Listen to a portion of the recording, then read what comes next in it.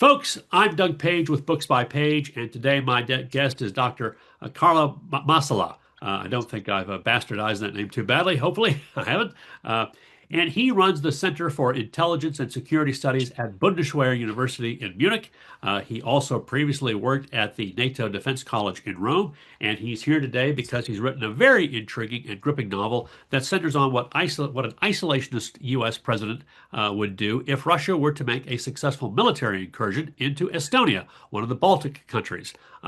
And something like this would certainly force, if it were to happen, force NATO to consider whether the organization's Article 5, which requires all members to take up arms or certainly respond defensively, what they would do in the defense of their own ally.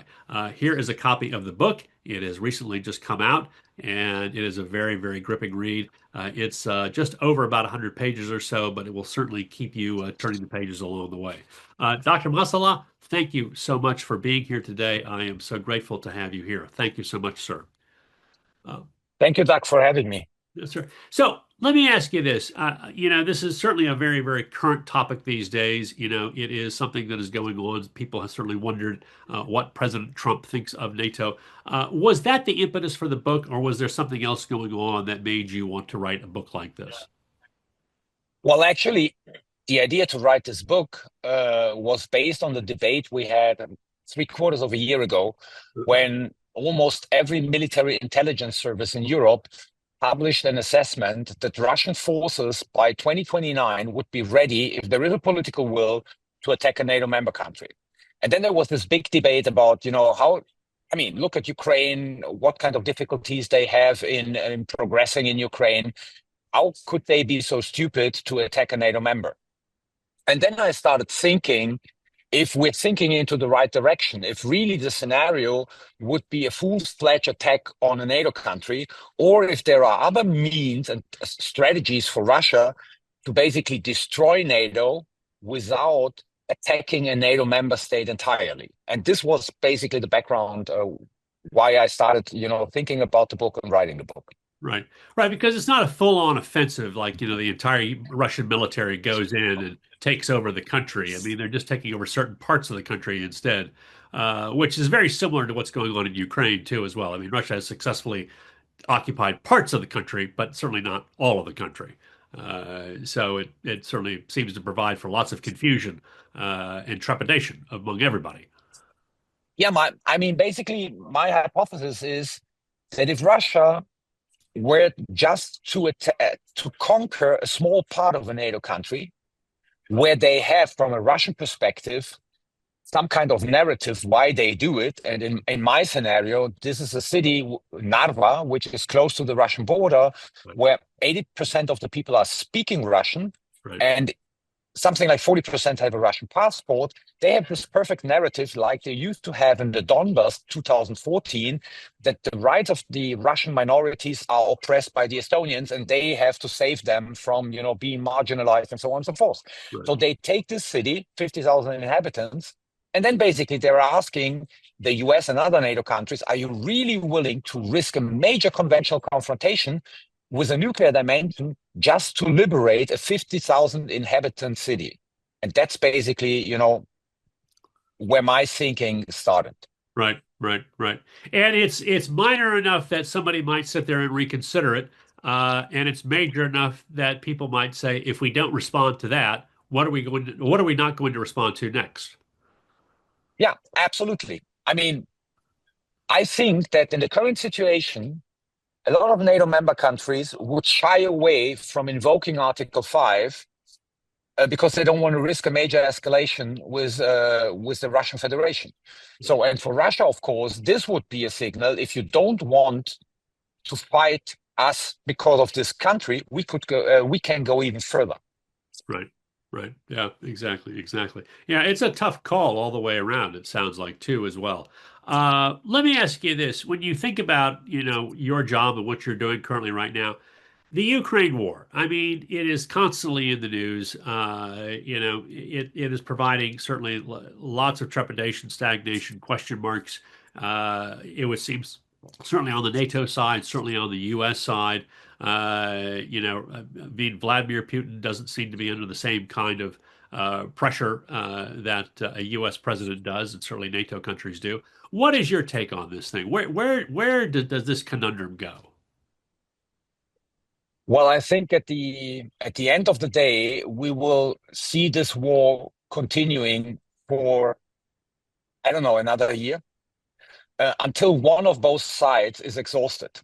And exhausted means either the Russian economy will be by sanction and by deep strike attacks so damaged that the Russians will change their military calculus.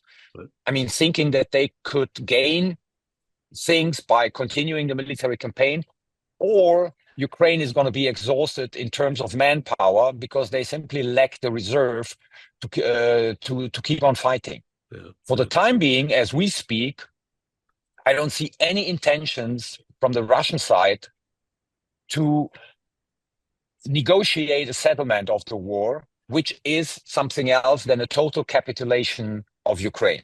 Right. I mean, we had this 28-point plan submitted by Witkov and J.D. Vance to the Russians.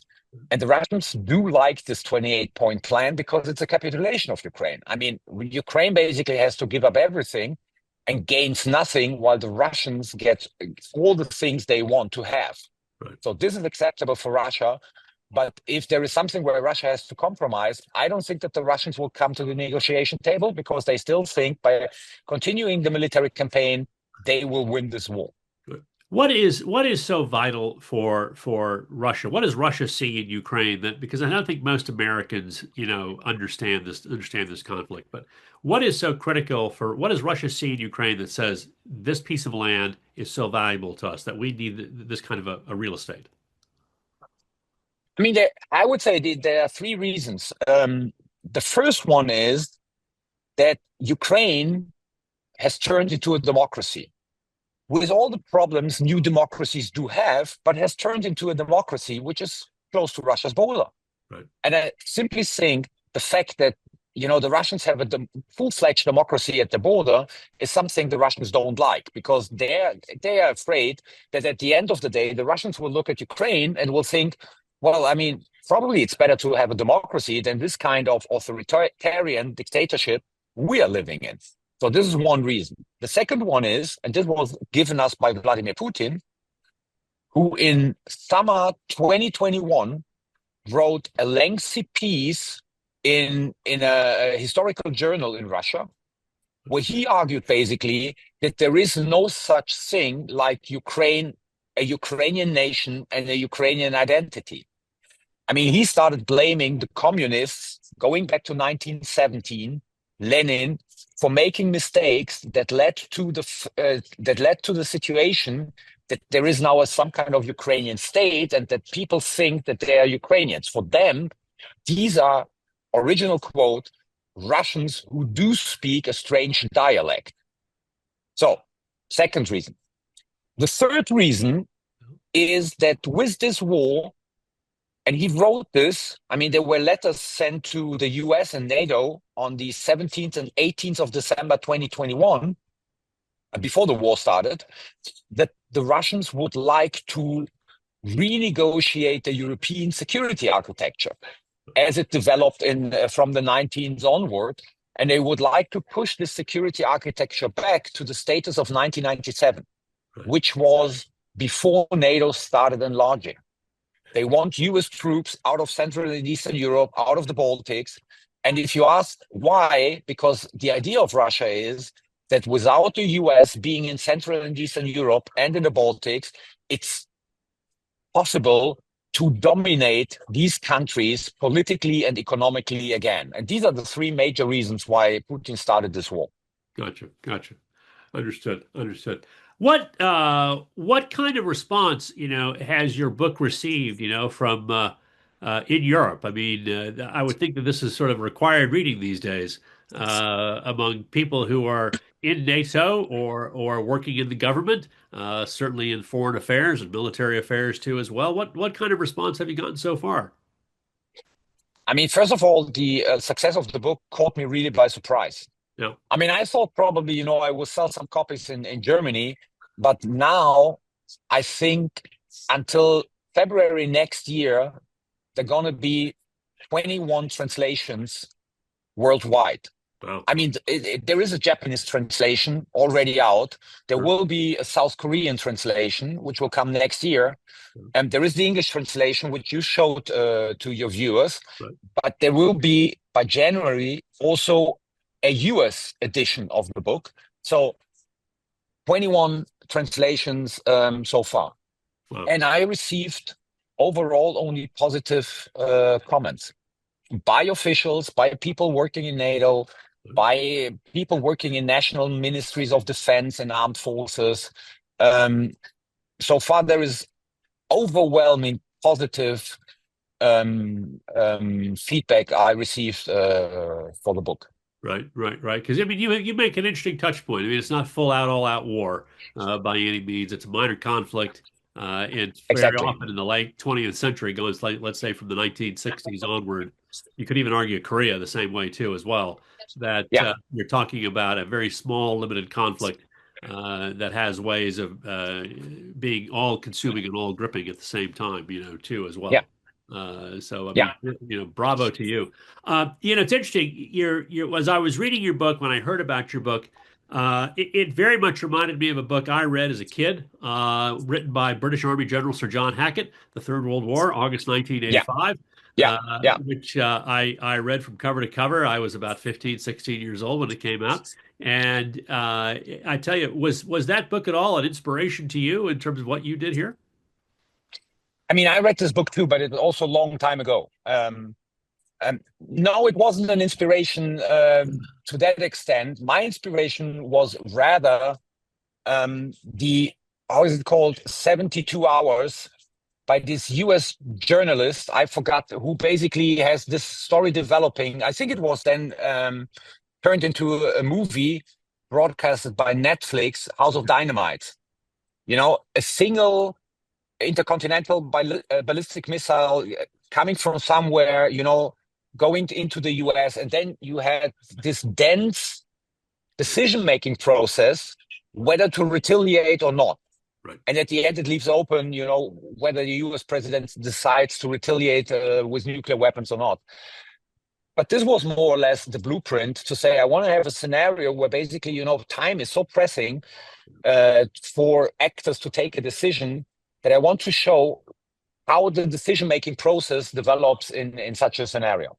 Right. Because the book you were talking about ends with a full-fledged nuclear war. So I didn't want to have this kind of ending in the book. Yeah, right. Yeah, full-out nuclear war, and also with I think the premier, the general secretary of the Soviet Union, also gets assassinated too, if I'm correct. Yeah, exactly. As well. Yeah. In addition to that, I thought you wrote a very credible story. I mean, it sort of makes me wonder.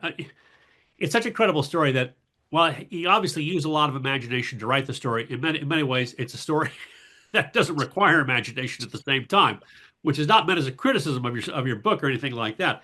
But it seems a story which is all too credible these days too. In that, let me ask you this: Are we, through all you've done with studying military outcomes, defense strategies, and things like that? I mean, are we just in an era of limited warfare? I mean, is the idea that will we ever see a World War III or World War II again, something like that? Or are we just in an era now of just very limited warfare, very limited conflicts? Well, I would say we're not going to see a world war, a full-fledged world war, because, I mean, the major powers do have nuclear weapons. They have second strike capabilities. So there is no reason to use nuclear weapons because you will lose anyway. I mean, who shoots first dies as second. Right. Yeah. So what we will see is that, of course, I mean, the threat of using nuclear weapons will become more important. Right. But it will be limited to conventional warfare, to limited warfare. And then the moment nuclear weapons come into the game, this might change the calculus of actors, and then they start, negotiating about a settlement. Yeah. So therefore, I don't think that we are at the brink of a full-fledged world war, but definitely we are in an area where powers do think that the use of force, can save their interest. Is something legitimate, and we will see more of that in the years to come, I think. Yeah, sure, sure, sure. You know, in your book, you talk about Russia's imperial ambitions, and you Yeah. mentioned the fact that, Vladimir Putin hasn't given up, the idea of Russia's imperial ambitions.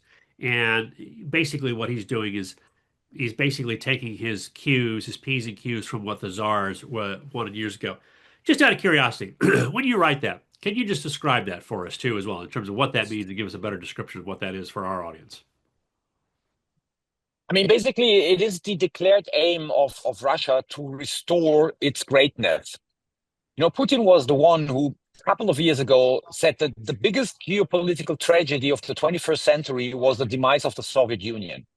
So he doesn't want to restore the Soviet Union, but he wants to have the influence the Soviet Union had in its region, in its immediate neighborhood, and thereby, having a global role. Right. Russia always, if you look at Russian history, Russia, whenever it was possible, was very keen on enlarging its influence on the European continent. So, given the size of Russia, there is this kind of inherent imperial tendency the Russians do have, like every great power has. I mean, look at the history of the United States. At a certain moment, they reached out to what you call the Western Hemisphere. Look at the Chinese nowadays. They want to have the hegemony over the Asian landmass. So it's inherent, regardless who governs Russia, basically. If it's a Tsar, if these were the communists, or now it's Putin. And we know from what we hear from Putin and others that it is the declared aim to restore Russia's greatness in international relations. And how you do this? By having the control over what the Russians called in the 90s their near abroad, which then is also the Baltics and countries like Moldova, Georgia, Uzbekistan, and so on and so forth. Right. Gotcha. What does NATO need to do to keep Vladimir Putin bottled up so he can't come any farther, west than he already has? Well, I would say, I mean, the first thing is in progress, which is basically we need to rearm ourselves, especially the Europeans, not that much the US, but the Europeans, because we neglected our armed forces for more than 30 years. Right. If the US would not be on board in a conventional war against Russia, Europe wouldn't be able to defend itself. Right. Yeah, we have shortages in a lot of areas, be it air defense, be it air transportation, air refueling, deep strike capabilities, intelligence, surveillance, and recognition capabilities. I mean, everything which is satellite based. These are incredible gaps the Europeans do have. So close these gaps. The second thing is, which is more problematic if you talk about NATO, is the signaling. I would say deterrence is based on the capabilities you have. You need the tanks, the frigates, the fighter planes. Yeah. But as much, it is a psychological game. You need to convince the other that you are willing to use what you have in terms of capabilities once the other does something you don't want him to do. I hope this is not too complicated. Sure. Yeah. And in that respect, we are weak on signaling. Yeah. We are not very much determined to show the Russians that we are united and that we are willing that if the Russians do something we don't want them to do, we are ready to fight them. It sounds similar to what Margaret Thatcher said once to George W. Bush. This is no time to go wobbly. You actually have to exactly. say we're prepared to go. Exactly. So and I mean, I would say NATO and the Europeans are weak on that leg. Yeah. With the capabilities, we are now, moving into the right direction, but signaling we are still weak. Gotcha. And the third thing is, you should not forget that Europe comes out of now almost 35 years of more or less peace, where all of our societies are not used to the scenario of a major conventional war on the European continent. Right. We need to make our societies resilient, meaning they need to mentally be ready to pay the price a major conventional confrontation would basically entail, which is also a political and economic price for those who are living somewhere in Europe. Sure. Because if armed forces are not supported by societies, then governments will have difficulties to use these armed forces if there is a scenario of, a Russian attack on the European landmass. Sure. It brings up then, a very, very interesting conversation which gets kicked up, from time to time. Conscription. I mean, should all NATO countries, including the United States, Canada, and the rest of them? I mean, there are a few NATO countries that do have conscription, but should we just go back to it and just say, look, you know what? This is the price we have to pay if we're going to live in a liberal democracy. I'm very pragmatic on that question of conscription, because what I see is that we are not able, as Europeans, I think the situation in the US is a bit different, but as Europeans, we're not able to get the numbers we need. Right. And we agreed upon in the NATO framework that we should have, to have a solid force posture. Yeah. So if we're not able to have these numbers just with voluntary military service, then we need to go to some kind of conscription. Right. So, I'm not the one who argues that conscription is good for young men and is good for the societies. That's not my point. My point is that we agreed, for instance, I'm living in Germany. So we have roughly around 185,000 people in our army, but we should have 260,000. This is what we promised to NATO. Right. And we are not able, since 10 years, since we basically abolished conscription, we're not able to fill the numbers. Right. So therefore I say, there is no way then to get to some kind of conscription system back in order to get the people into the armed forces. So you almost have to then have a conscription in Germany if you're going to get those kinds of numbers, right? I mean, am I correct? Yeah, exactly. Yeah. Okay. Gotcha. Exactly. Yeah. And I suspect other countries that are in NATO face the same sort of issues too, as well, which is they're facing the same problems. The French are facing the same problems. The only ones who do not face these kind of problems are the ones who are very close, geographically speaking, to Moscow. Right. Because, of course, they have a total different threat perception. Right. So Finland is okay. Finland is okay because of their neutrality, but the Baltics are okay. The Poles are okay. Yeah. But, once you go to Germany, Spain, Italy, France, Great Britain, they have huge problems in getting people into the armed forces. Right. With the voluntary system. Right. Yeah. Right. Yeah, it's a very, very, very difficult thing. The Telegraph in London newspaper recently had a article that basically said that NATO is facing its Pearl Harbor moment. Yeah, absolutely. Describe that. Well, the point is, the Pearl Harbor moment is what will NATO do if the Russians really attack one NATO country? Right. This is the Pearl Harbor moment. Because at the end of the day, a lot of people in the different societies do not really believe that the Russians would like to go further than just taking Ukraine. And then, of course, this would be the Pearl Harbor moment, because this would come as a surprise. And the question is, are we prepared for that? Yeah. And so my book says not all of us are prepared for that. Yeah. And therefore, NATO would have to decide whether to act or not act. And if NATO doesn't act, NATO is dead, simply. Because the only reason NATO exists is this mutual commitment to defend an attack against a NATO member by all other NATO members. If NATO can't live up to this commitment, there is no reason for countries to stay in NATO. And then NATO will break apart. Right. Yeah, I think it was the first Secretary General of NATO who said it best. They said the reason we have NATO is because it's to keep the Russians out, the Americans in, and the Germans down. Yeah, exactly. No, that's true. And, nowadays, it's the rationale again. Right. And probably not to keep the Germans down, but definitely to keep the Americans in and the Russians out. Right. Yeah? Exactly.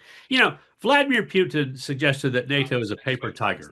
How do you respond to something like that?